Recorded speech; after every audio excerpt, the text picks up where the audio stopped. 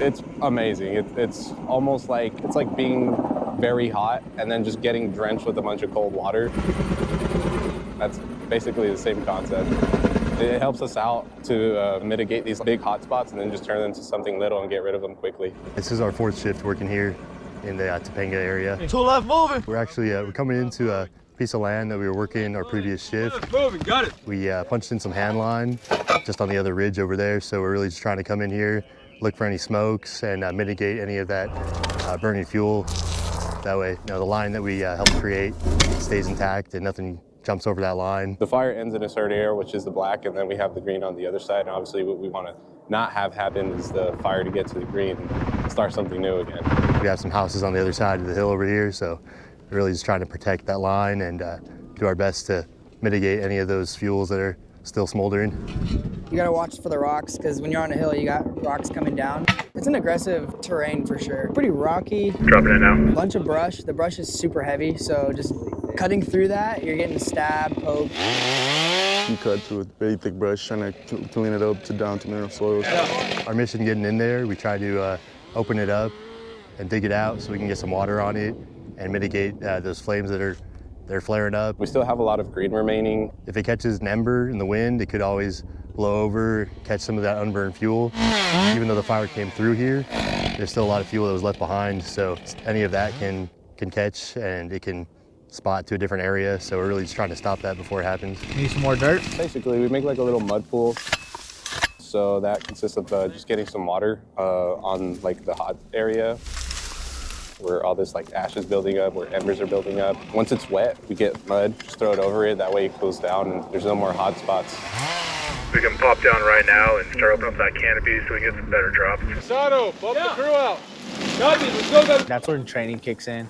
You're trained to know where your safety zones are and where your escape route is. So as soon as you hear pull out, it's not like, oh, where do I go? You don't start panicking. You just know, all right, we're just gonna hike it right back up to where we came in from.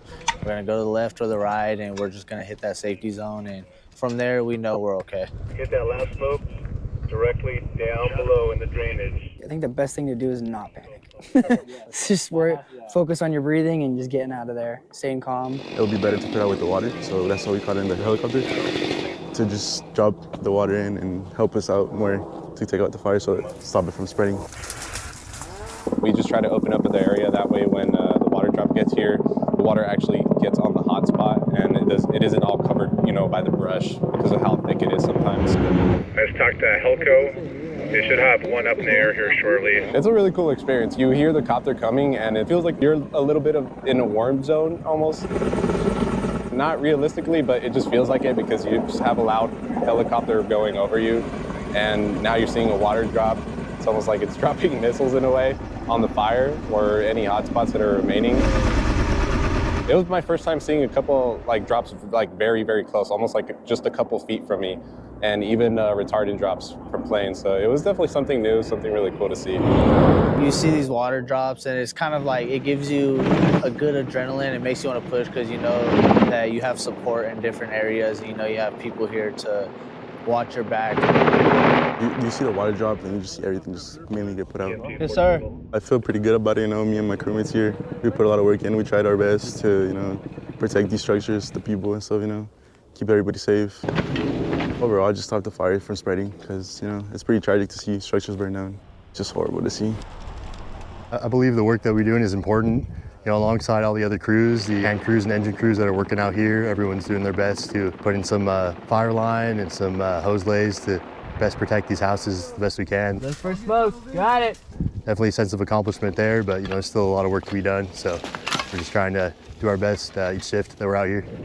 It seems everything now that's left is just pretty much mop up.